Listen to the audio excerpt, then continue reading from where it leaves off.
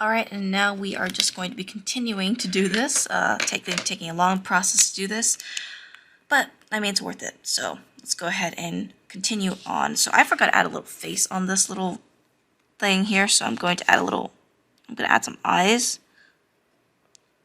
nose, and then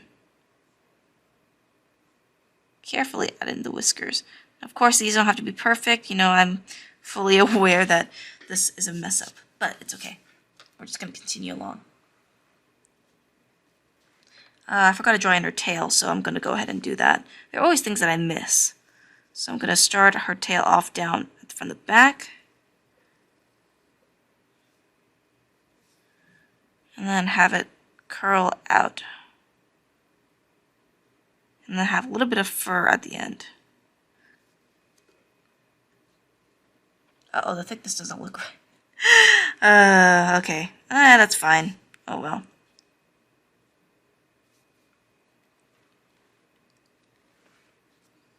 Oh man. You know what? I will fill this in with black. Because she's kind of like a black cat sort of thing. So I made it thicker. I will fill that in later. Maybe the same. I will do probably the same with these. So what I'm going to do is I'm actually going to fill using my number 1 pen. Number 1 pen here. And I'm actually just going to go ahead and fill these in.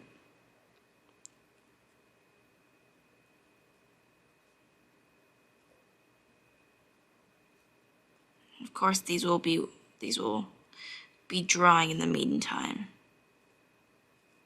See, you can always kind of find some workarounds. You know, if there's something that looks weird, you can always find ways to kind of protect it. Not protect it, but just more like, just, I guess, yeah, just protect your work in terms of disaster. Okay, that's enough of that for now. I'll fill this in too in the meantime. So I'll be filling this in.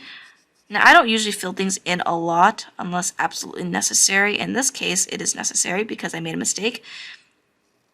And if you were thinking that the wings were going to be black as well, instead of black, I will probably use a lighter form of black. So meaning like a very, very dark gray, maybe a purplish gray, maybe even like a purple with like some pink ombre at the end.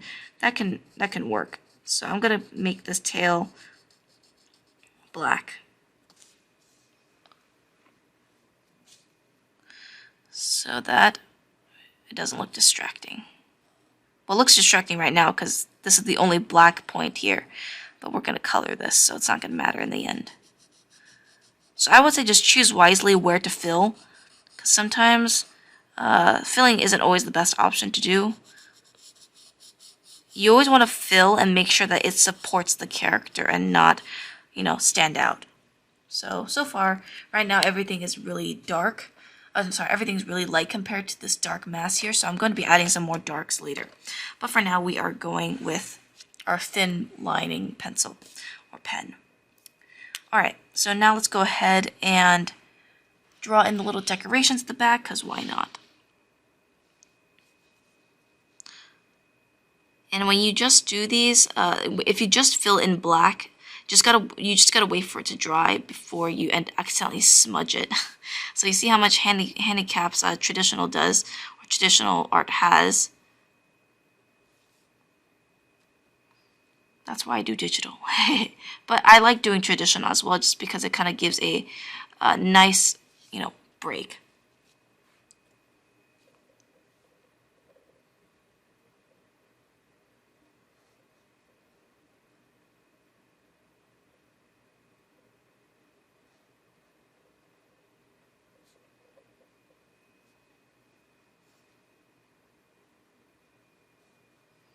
Not only that, but I think that this is just, the tail is going to be the only thing that's going to be super dark, because this is a very character-centered piece. So even if I could make these bat wings more black instead, I want the black to be solely focused for the character and not anything else, because that will take it away, right?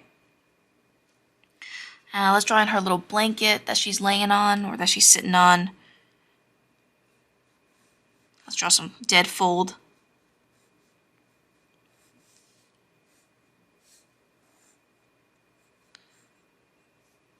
And then we have our little mouse toy.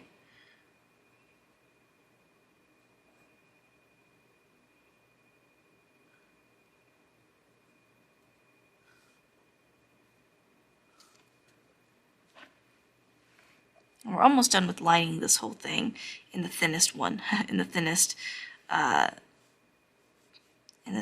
brush or pen.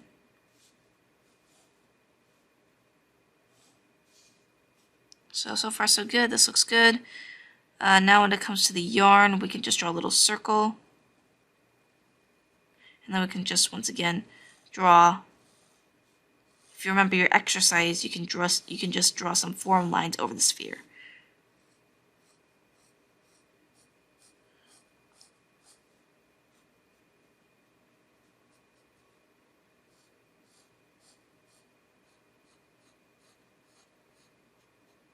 So as you can see, I'm kind of also alternating my yarn ball just to make it more interesting visually.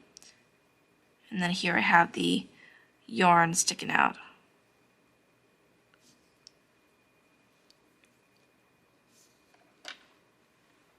Alright, this is looking pretty good so far. Now I'm going to be drawing in the curtain. Now the curtain will be a little bit thicker now, so I'm going to use my number 1 here, and I'm just going to be drawing over this here. And the reason why I made it bolder is because this is kind of like a nice framing element, so I want it to be a little bit bolder.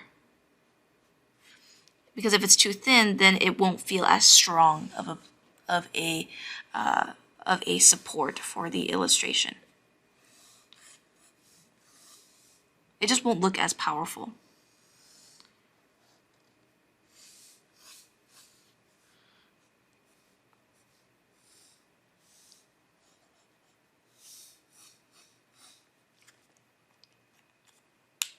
I have the little pillows at the back, which we will line.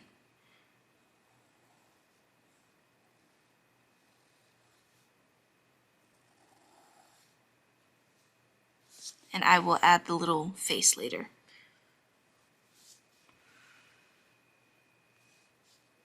Here is the square of the round pillow with a little bit of ruffles around it.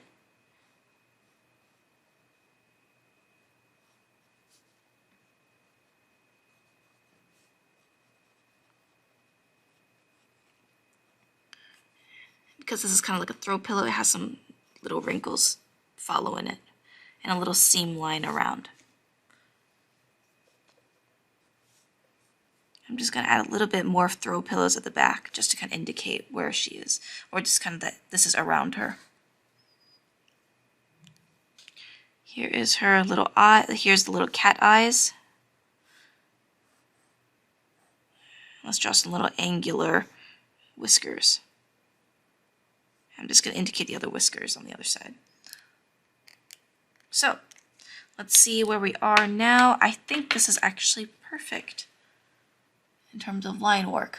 Looks good, pretty stable, and now we can add in our darks later, so I will be right back and do that.